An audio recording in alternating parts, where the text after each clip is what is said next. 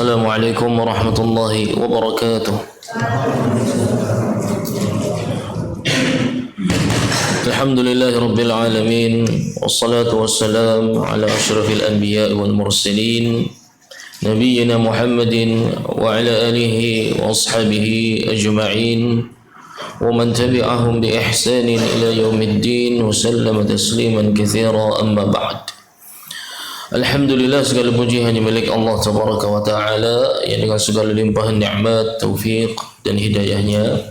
InsyaAllah Ta'ala pada kesempatan malam hari ini kita akan kembali mengkaji sebuah karya dari Al-Imam Nawawi rahimahullah Ta'ala yang diberi judul Riyadhus Shalihin, yang mana orang-orang yang mendambakan kesalehan pada dirinya maka wajib untuk mengenal dan mempelajari hadis-hadis Nabi Muhammad sallallahu alaihi wasallam yang beliau kumpulkan di kitab yang sangat masyhur ini. Semoga salawat dan salam selalu tercurahkan untuk baginda Nabi Muhammad sallallahu alaihi wasallam dan kepada seluruh keluarganya dan kepada seluruh sahabatnya dan yang mengikuti mereka di atas sunnah hingga hari akhir nanti. Baik jemaah sekalian yang dirahmati Allah Subhanahu wa Ta'ala, di pertemuan yang lalu kita sudah mempelajari tentang keutamaan niat yang baik dalam menuju masjid Allah Subhanahu wa Ta'ala, dan juga bagaimana beberapa sunnah. Terakhir kita menulis di bimbing Ustaz Suwanda, ya, doa menuju masjid, ya, doa yang pernah diucapkan Nabi Muhammad sallallahu alaihi wasallam ketika menuju ke masjid untuk menunaikan salat berjamaah, ya. Lalu apa pentingnya? Ya, pentingnya kita membaca doa tersebut. Kandungannya kemarin di pertemuan yang lalu kita sudah menyinggung sedikit. Nanti sebentar lagi kita akan coba mendengar dari salah satu peserta. Ada yang bisa mengulangi doa tersebut, ya. Kandungan-kandungan di dalam doa tersebut menunjukkan bahwasanya hamba tersebut adalah abnaul akhirah, anak-anak akhirat, ya. Anak-anak yang lebih cinta kepada kehidupan setelah kematian, ya. Mereka adalah orang-orang yang diberikan kecerdasan akal fikiran. Mereka yang menyadari tanda-tanda kebesaran Allah Subhanahu wa Ta'ala. Mereka yang mampu membaca Al-Quran dan mampu memaknai ayat-ayat Allah Subhanahu wa Ta'ala. Haula abnaul akhirah, itulah adalah anak-anak pecinta kehidupan setelah kematian. Jadi dimaksud anak-anak di dalam riwayat-riwayat para sahabat adalah bukan hanya anak-anak belum dewasa, bukan, maksud kita semua, ya. Kita semua disebut anak-anak, ya, karena tidak satupun dari kita kecuali seorang anak, ya, seorang anak dari kedua orang tua, ya. Doanya mungkin ada yang bisa mengulang dari pertemuan yang lalu. Masya Allah, barakallah. Kalau pertemuan yang lalu mudah karena doanya saja, karena sudah dijelaskan. Maka pertemuan kali ini doa dan maknanya, ya, doa dan maknanya, ya, harus ada peningkatan, ya.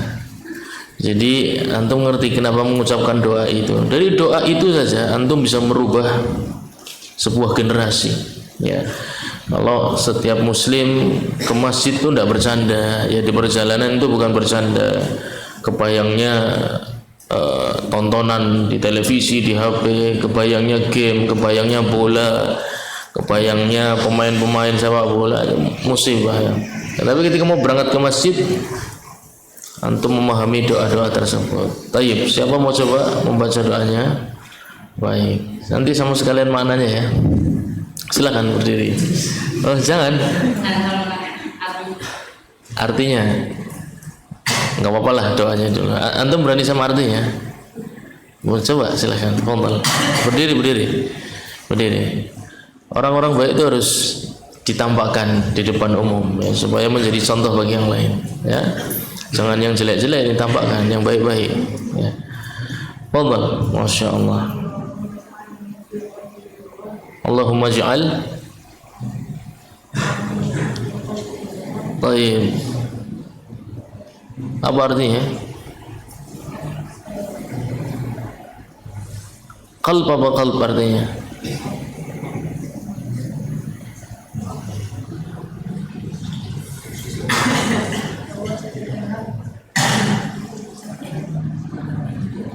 jadikanlah hatiku bercahaya. Boleh labas. Kemudian apa lagi? Wafi sam'i apa? Masya Allah. Kemudian basari apa itu? Baik, kedua penglihatan kedua mataku. Kemudian wa an yamini, bagus. Kemudian apa maksudnya? Terjemahnya dulu nggak apa-apa. Wa an yamini apa artinya? Nah, baik. Wa an shimali apa? Sebelah kiri. Ya, kemudian wa min amami apa? Di depanku. Kemudian wa min khalfi. Baik, apa? Di belakangku. Baik. Kemudian wa min fauqi. Naam, apa itu? Masya Allah. Wa min atas, lawannya apa? Tahti. Naam. Sedikan ini saya. Kemudian Masya Allah, jadikanlah aku hamba yang bercahaya. Masya Allah, tabarakallah, barakallahu fiik, fatahallahu alaik. Tayyib, masih ada hadiah-hadiah berikutnya. Nanti yang sudah berhasil berdiri menjawab, hadiahnya minta ke Ustaz Indra. Ya, Ustaz Indra Abul Hadaya. Ya, beliau adalah bapaknya hadiah-hadiah. Ya, sumber kebaikan. Ya, Masya Allah. Nanti Ustaz Indra mengajukan kepada bapak yang di belakang sana, nanti jangan khawatir. Ya. Tayyib. Allahumma ja'al fi qalbi nur. Apa yang dimaksud dari ya Allah jadikanlah hatiku hati yang bercahaya, itu maksudnya apa? Kalau terjemah arti itu mudah. Apa maksudnya? Antum minta hati yang bercahaya itu apa?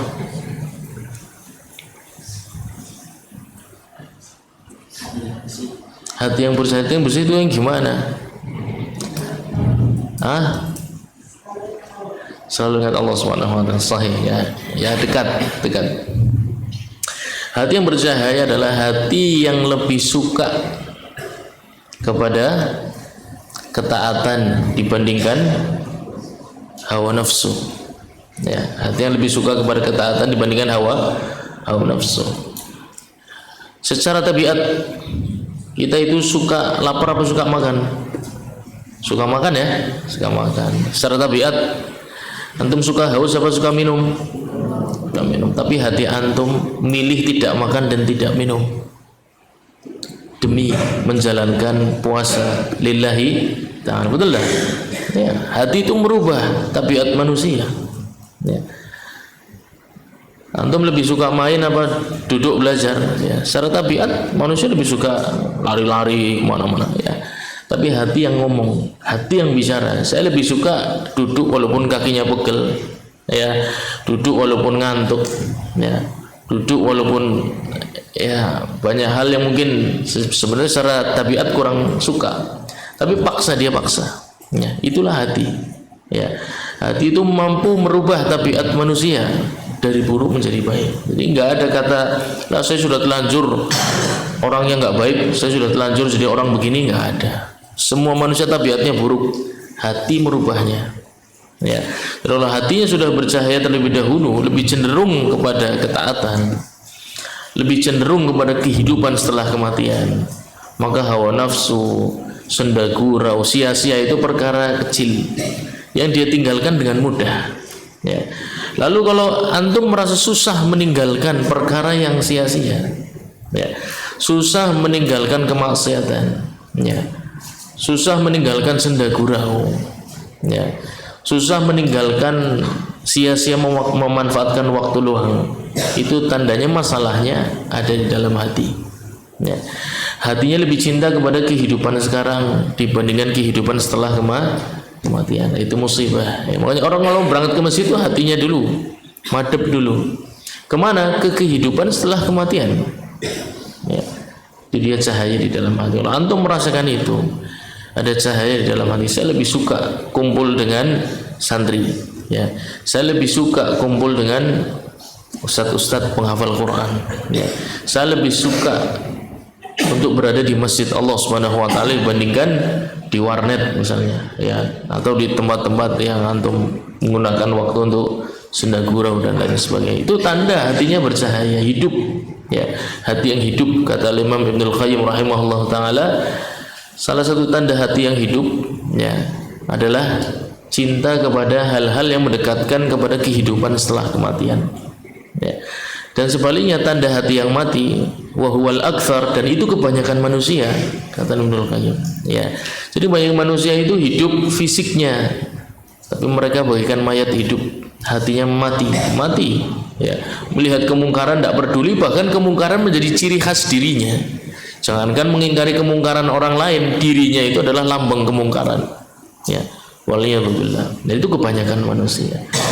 Antum minta kepada Allah Subhanahu wa taala punya hati yang lebih suka kepada ilmu syar'i dibandingkan game, ya, dibandingkan main-main. Ya, terkadang antum jalan-jalan, main sepak bola, badminton, la ba'sa bihi, ya, olahraga dan lain sebagainya.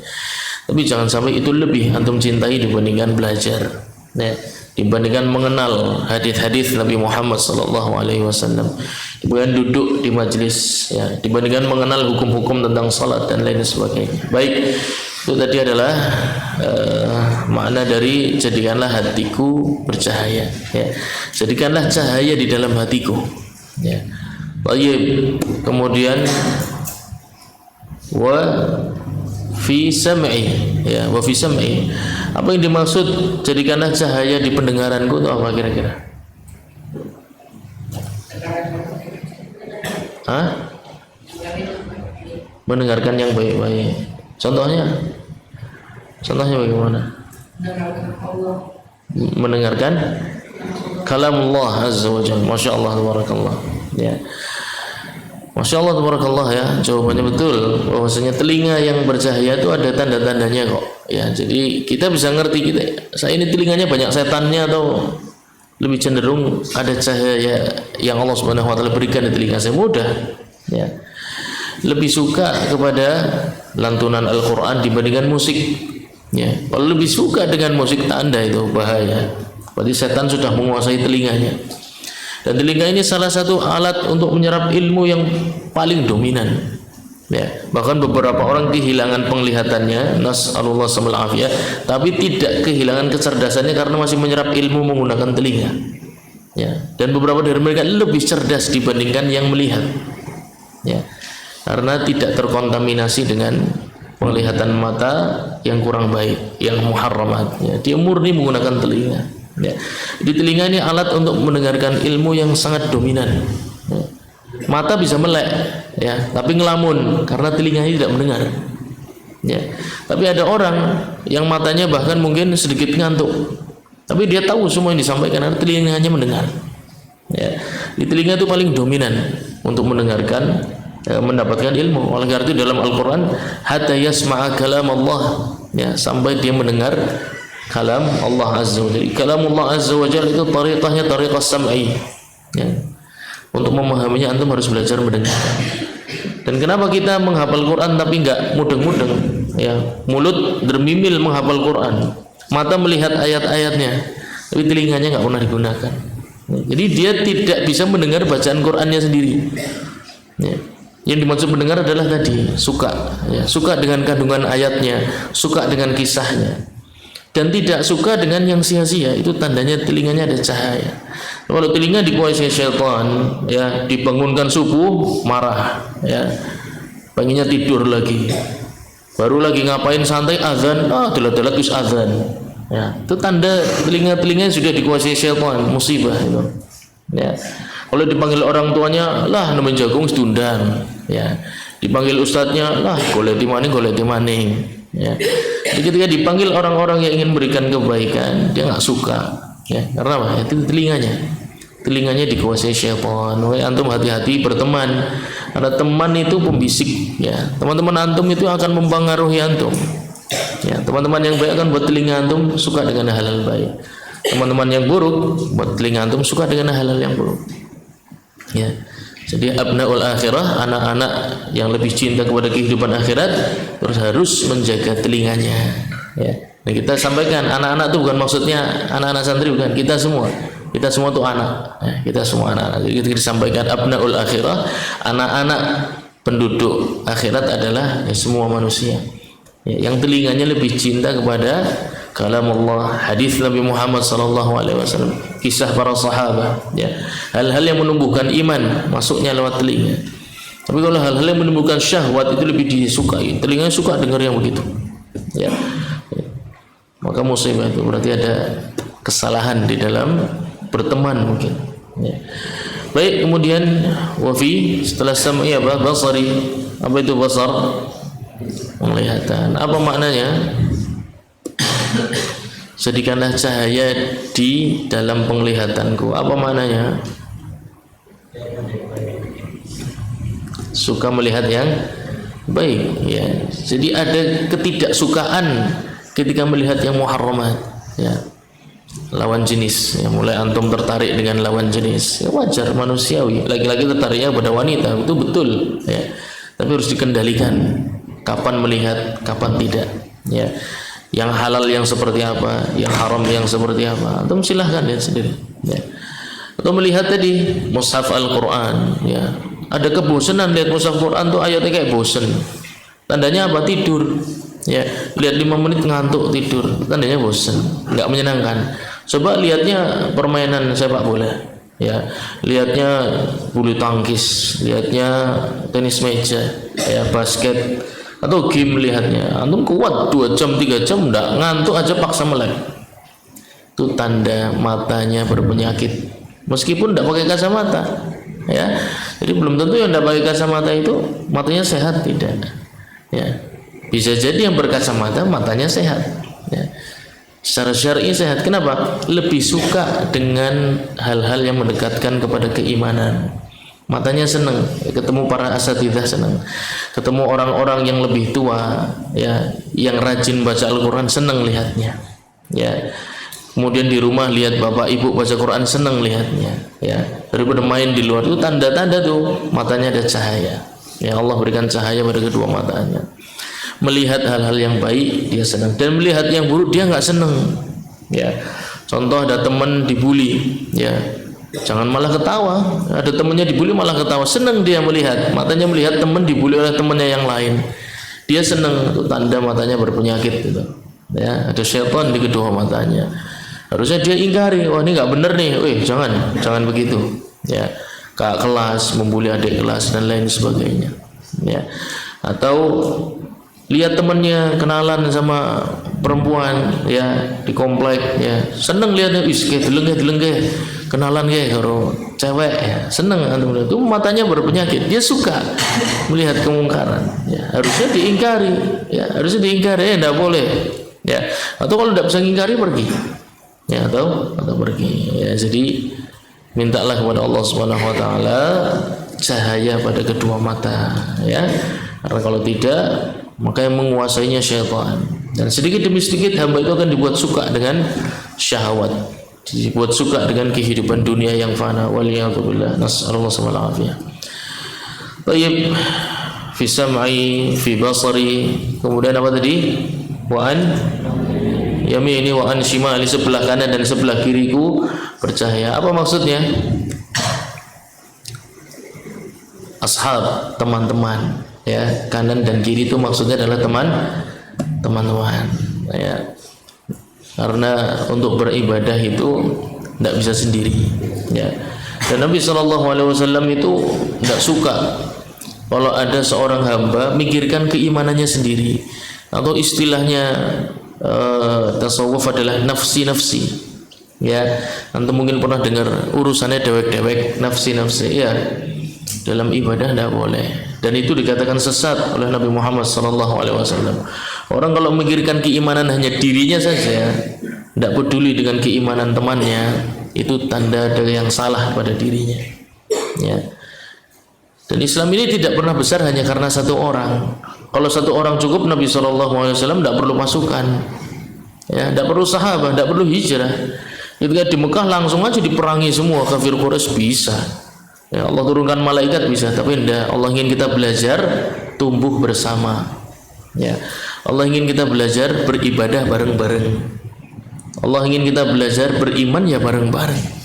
Kalau Anda baik, teman Anda harus baik. Ya. Kalau Anda lurus, teman Anda harus ikut lurus. Ya. Kalau Anda berpikir yang penting urusan saya, yang penting saya pinter, yang penting saya selesai, yang penting saya target, itu mental yang salah. Ya. Di dalam sebuah riwayat, ya, ada seorang Arab Badui, ya, mendatangi Nabi Muhammad sallallahu alaihi wasallam, datang pakai kendaraannya, untanya, kemudian sampai di depan masjid, untanya diikat, turun, masuk Masjid Nabawi, salat jamaah, setelah selesai salat pulang. Tidak ada urusan salam kanan kiri nyapa fulan, tidak ada, datang pulang. Ya. Kemudian sampai di atas kendaraan, beliau berdoa. Arab Badui ini berdoa, ya, Allahumma rahamni wa Muhammadan wa la tusyrik fi rahmatina ahadan. Ya, ya Allah, rahmati, ampunilah aku dan Muhammad, rahmati aku dan Muhammad, dan jangan berikan rahmatmu kepada selain kami berdua. Ya, jadi pikirannya cuma sendiri, yang penting saya, ya, yang penting saya selamat sama Nabi Muhammad, dah yang lain nggak usah, nggak apa-apa. Ya, wis jorna wis kancane nyong kayak ben bae, urusannya dewek-dewek. Ini mental yang banyak dimiliki kaum muslimin. Ya, semua orang berpikir tentang dirinya masing-masing. Kata Nabi sallallahu alaihi wasallam, hal sami'tum ma yaqul? Wahai sahabatku, dengar tak dia ngomong apa? Naam ya Rasulullah, kita semua dengar. Menurut kalian, ya, adallu huwa am ba'iruhu? Menurut kalian lebih sesat dia atau hewan kendaraannya? Ya, kata Nabi sallallahu alaihi wasallam, dikatakan Arab Badui itu sesat, ya. Karena tidak bisa. Umat Islam ini harus bersama-sama. Ya, wattaqu fitnatan la tusibanna alladhina zalamu minkum khassah.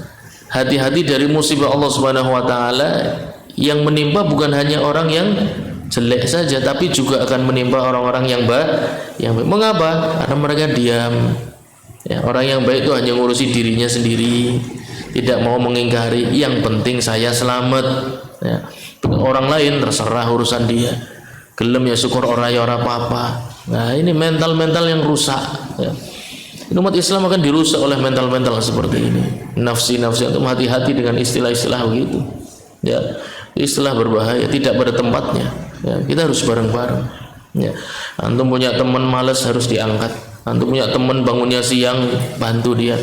Antum punya teman kesusahan, bantu. Kalau antum sendiri yang target bagus, hafalannya bagus, temannya kemudian itu karena males, itu karena nggak mau, ini karena buat apa gunanya? Ya. Ketika seseorang merasa kelebihan ada pada dirinya, maka dia harus mampu mengangkat orang di sekitarnya. Itu Islam. Ya. Dengan itu majulah umat Islam. Ya. Oleh karena itu ada para sahabat Nabi Muhammad SAW. Ya. Jadi beliau Nabi SAW tidak sendirian berjuang. Beliau angkat sahabatnya satu persatu.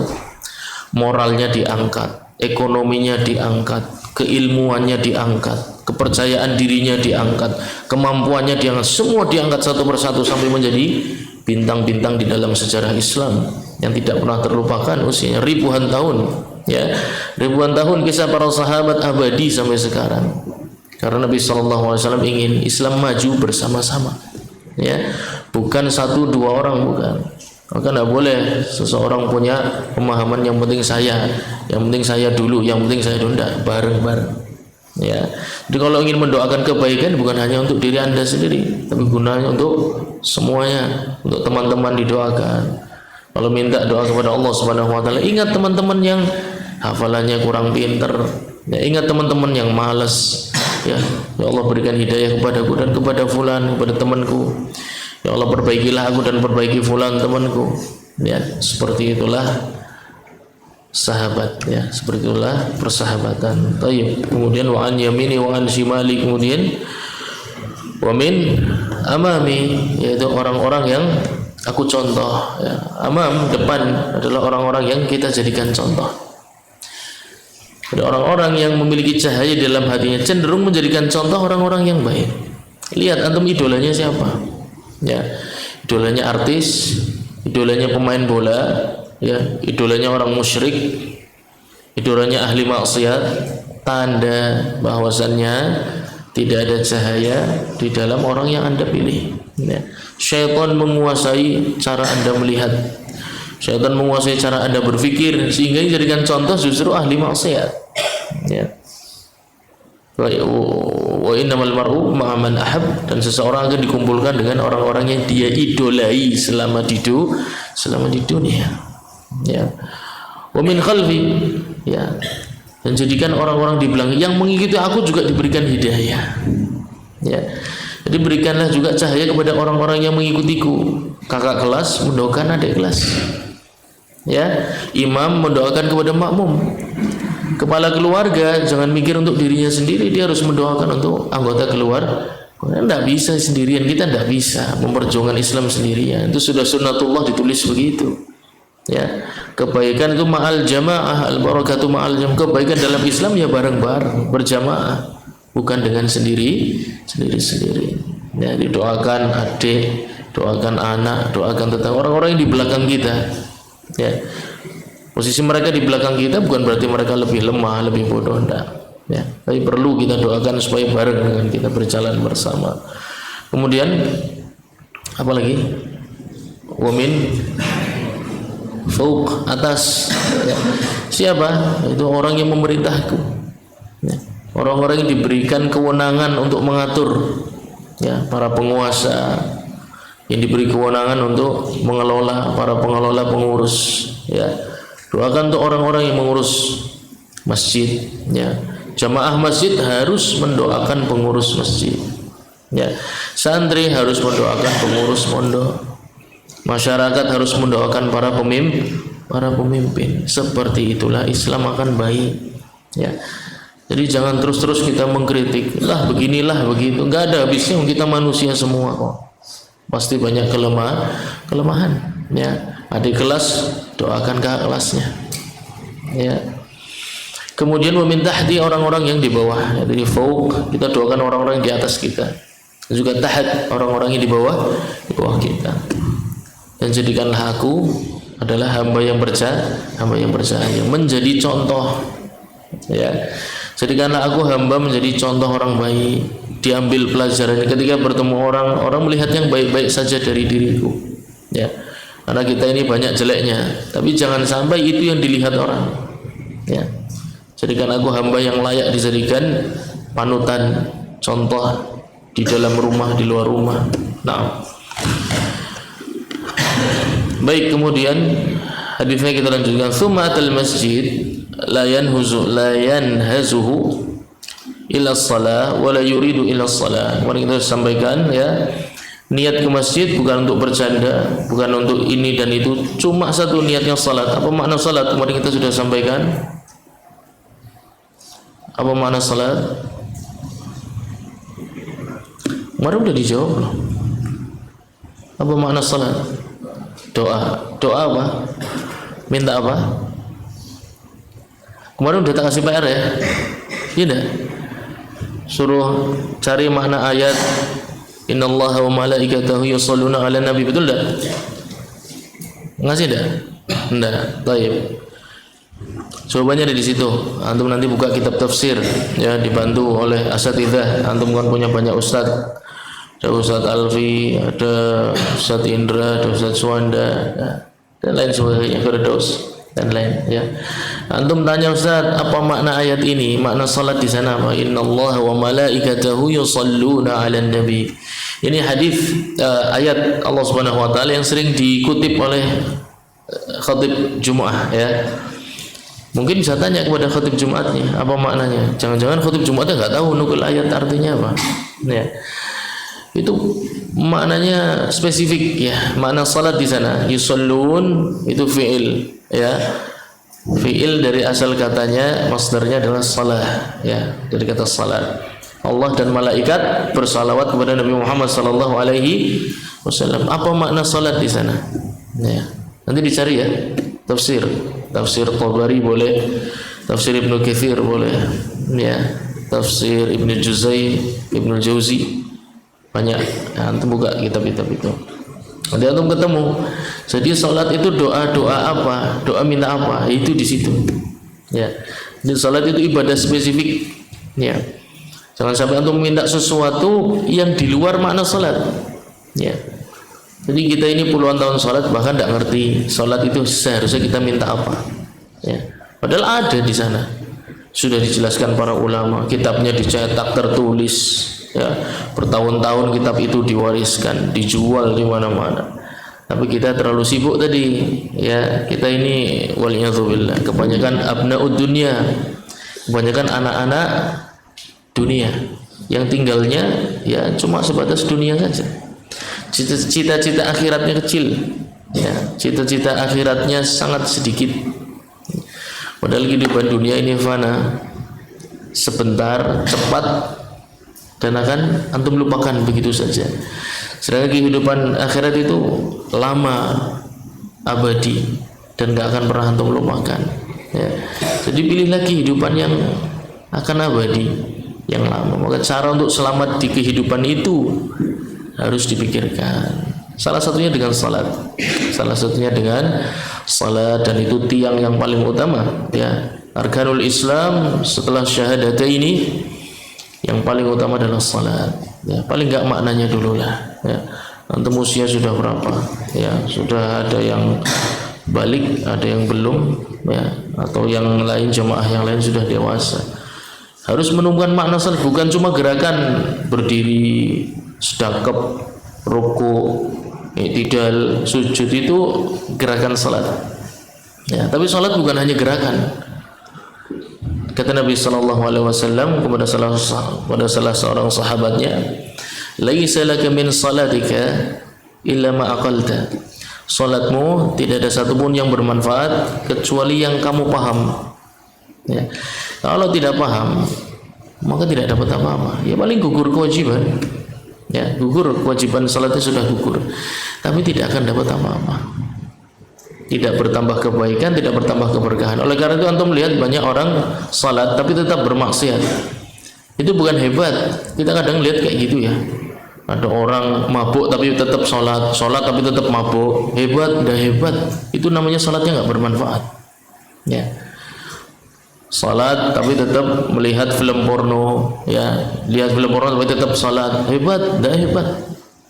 Artis tidak pakai hijab tetap salat, salat tetap tidak pakai hijab, itu tidak hebat sama sekali. Dan ini salatnya nggak bermanfaat. Ajib, ya, Syekh Abdul Razak Ibn Abdul Muhsin hafizahullah taala itu pernah datang ke Indonesia. Ya, beliau seorang kibar masyayikh di Saudi Arabia, Syekh Abdul Razak. Antum bisa lihat ya, Ibn Abdul Muhsin, videonya di YouTube banyak. Beliau pernah datang ke Indonesia, diajak makan oleh panitia di mall. Kemudian datang waktu salat, datang ke musala mall. Itu beliau ajib tuh. Saya heran dengan orang Indonesia. Musala mall itu penuh dengan perempuan salat, Pak. Ya, perempuan untuk salat di musala mall itu desak-desakan. Tapi persis setelah muknahnya dicopot salat itu hijabnya nggak dipakai. Jadi pakaiannya kembali pakai pakaian yang kekecilan itu. Ya, tidak pakai kerudung, padahal habis sholat. Ajib, habis sholat kok bisa bermaksiat, itu ajib. Ya, Syekh Abdul Razak heran. Nah, makanya itu kenapa kok banyak terjadi seperti itu, karena nggak paham makna sholat. Asal katanya apa, makna dasarnya apa. Ya, makanya antum harus dari sekarang paham. Sholat yang antum lakukan itu jangan sampai tidak ada maknanya, tidak ada isinya. Lo kok bisa ngarang? Saya tidak ngarang, yang menyampaikan Nabi Muhammad SAW, betul. Ya, beliau yang menyampaikan, laisa laka min salatika illa ma aqalta. Kamu nggak mungkin dapat faidah dari salat kecuali yang kamu paham. Udah cuma sesederhana itu. Ya. Jadi gerakan ini satu poin, paham terhadap isi salat itu poin yang berbeda.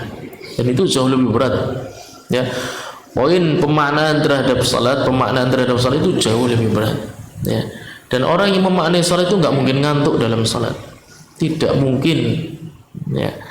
Apalagi sampai ngelamun, ya. Ngantuk, ngelamun, penyakit-penyakit dalam salat muncul. Kenapa? Karena usia? Tidak pernah karena usia. Para sahabat itu beberapa masuk Islam kondisinya sudah sepuh. Ya. dan mereka mampu sholat bertahan lama berjam-jam. Bahkan Al-Imam Abu Hanifah itu terkenal kalau sholat malam sampai subuh. Ya, sejak selesai sholat Isya menunaikan hak keluarganya, sudah pada tidur beliau qiyam sampai subuh. Ya, sahabat Utsman bin Affan pun sama. Ya, dan banyak sahabat yang terkenal menggunakan malam harinya untuk sholat, tidak ngantuk sama sekali. Karena mereka masuk ke dalam kisah di dalam ayat Quran yang dibaca. Sedang kita masalahnya apa? Tidak paham yang kita baca apa. Tapi kita menyangka sudah sholat. Wis sholat, wis. Ya. Wis sholat durung, wis. Ya. Apa tidak malu di hadapan Allah Subhanahu Wa Taala mengatakan begitu? Bahkan mana sholat tidak tahu. Ya, maka pahami mana sholat. Mana sholat doa, betul. Mana sholat adalah doa. Tapi doa minta apa? Itu ada di ayat itu. Ya, antum buka innallaha wa malaikatahu yashalluna 'alan nabi. Antum baca makna yashalluna 'alan nabi itu. Itu apa maknanya di sana? Kalau antum sudah dapat, ya itulah yang antum minta di dalam salat. Nah, itulah hal yang Allah Subhanahu wa taala kita ingin kita lakukan dalam salat. Hati kita hadir meminta itu. Thumma atal masjid la yanhazuhu ila shalah. Kemudian langkah yang digunakan menuju masjid. Ya. Kalau di sini dekat dari Sakan menuju masjid berapa langkah itu paling? Ya. Satu langkah meningkatkan satu derajat, langkah yang satu mengurangi satu dosa. Ya. Jadi melangkah ke masjid adalah momen yang selalu diistimewakan oleh Nabi Muhammad SAW. Beliau kalau melangkah ke masjid, yuqarib baina khutah. Beliau langkahnya itu tidak panjang-panjang, tapi langkahnya rengket-rengket, pendek-pendek, supaya banyak, ya, supaya beliau banyak langkahnya. Jadi ketika ke masjid itu jangan langkahnya panjang-panjang, ya, tapi pendek-pendek, rengket, bukan pelan loh, ya, tapi langkahnya pendek supaya banyak. Pendeknya bukan main-main, ya, pendeknya supaya ditingkatkan derajatnya di hadapan Allah Subhanahu Wa Taala, di hadapan manusia. Ya. Jadi antum ahlul masjid, orang yang dekat dengan masjid, itu ketika keluar dari masjid kita semua berharap kita menjadi makhluk yang tidak pernah dihinakan oleh satu manusia pun. Ya enggak, ada yang suka dihinakan orang, enggak suka. Ya. Kalau tidak ingin dihinakan di dunia ini, banyak-banyaklah melangkah menuju masjid Allah Subhanahu wa taala. Kalau di rumah pun harus semangat. Ya, kalau pas liburan datang ke masjid, ya, langkahnya jangan terlalu buru-buru, santai aja. Ya. Fa idza dakhala al-masjid kana fi shalah makanat as-salatu hiya tahbisuhu. Nah, apabila sudah sampai masjid, masuk dalam masjid, dia dihitung melakukan salat padahal belum ngapa-ngapain. Ya, kadang baru nyari shaf atau setelah selesai salat salam duduk, ya. Itu dihitung salat terus sampai keluar masjid. Jadi full dia salat. Ya. Padahal dia kadang cuma 2 rakaat, tapi dihitungnya berrokaat-rokaat. Selama tadi niatnya adalah menunggu waktu salat. Nah, niatnya menunggu waktu salat, bukan niatnya janjian sama teman. Kalau niatnya janjian sama teman di masjid, atau niatnya tidur-tiduran di masjid, ya, niatnya main di masjid, maka tidak dapat semua keutamaan itu. Wal malaikatu yusalluna ala ahadikum madama fi majlisihi alladhi shalla fihi. Dan malaikat selalu bersalawat kepada orang-orang yang di dalam masjid selama menunggu waktu salat. Ya. Fayaqulun Allahumma arhamhu, Allahumma ighfir lahu, Allahumma tub alaihi. Nah, di hadis ini disebutkan makna salat tadi yang saya kasih antum untuk buka kitab tafsir. Ini jawabannya ada di hadis ini. Ya, malaikat mendoakan, bersalawat maknanya adalah Allahumma arhamhu, meminta rahmat kepada Allah Subhanahu wa taala, Allahumma ighfir lahu, minta ampunan kepada Allah Subhanahu wa taala, Allahumma tub alaihi. 3 doa yang dipanjatkan oleh malaikat kepada orang-orang yang di masjid menunggu waktu salat. Ya. Jadi makna salat itu mencakup 3 hal. Ya, antum kalau salat fokus pada 3 perkara ini. Yang pertama minta rahmat Allah Subhanahu wa taala. Ya, rahmat itu apa? Ampunan, kemudahan. Ya, ampunan dan kemudahan, taufik, ya, wal afu. Yang kedua, Allahumma arhamu, Allahumma ighfir lahu. Ya, ampunan tadi rahmat, kemudahan, dan Allahumma ighfir lahu maghfirah, ampunan. Ya. Yang ketiga Allahumma tub alaihi, dan juga taubat. Ya. Karena terkadang kita mohon ampun hari ini, besok sudah melakukan hal yang sama. Jadi kita harus minta pertobatan dari Allah Subhanahu wa taala supaya tidak kembali kepada kesalahan yang sama. Ya, taubat itu rizki yang sangat mahal dari Allah Subhanahu wa taala. Semua orang bisa minta ampun, tapi tidak semua orang bisa berhenti dari kesalahannya. Ya. Hari ini bersalah, minta ampun, besok diulangi lagi, minta ampun lagi, diulangi lagi. Kapan berhentinya? Itu taubat. Ya, disitulah taubat. Yang punya siapa? Yang punya Allah Subhanahu wa taala. Ya. Maka salat itu fokusnya pada 3 hal. Antum berdoa minta 3 ini. Yang pertama rahmatnya, ya, kemudahan dunia akhirat. Yang kedua maghfirahnya, ampunannya terhadap kesalahan-kesalahan. Yang ketiga taubatnya supaya tidak mengulanginya di masa yang akan datang. Ya, jadi salat kalau tidak fokus pada 3 hal ini berarti dia tidak paham makna salat. Ya. Malam yu'dhi fihi malam yuhdith fihi, selama di dalam masjid tidak berbuat kemungkaran dan tidak berhadas. Ya, berbuat kemungkaran apa? Ya, buang sampah di masjid, ya. Kemudian merusak masjid dan lain sebagainya termasuk berbuat kemungkaran di dalam masjid. Berhadas, maka dia harus keluar dulu dari masjid, mengambil air wudu, kemudian masuk lagi ke dalam masjid. Tinggal berapa menit? 1 menit. Baik, kita cukupkan, insyaallah lanjut di pertemuan yang akan datang. Semoga yang sedikit ini bermanfaat untuk kita semua. Kita tutup majelis kita. Subhanakallahumma wa bihamdika asyhadu an la ilaha illa anta astaghfiruka wa atubu ilaik. Wassalamualaikum warahmatullahi wabarakatuh.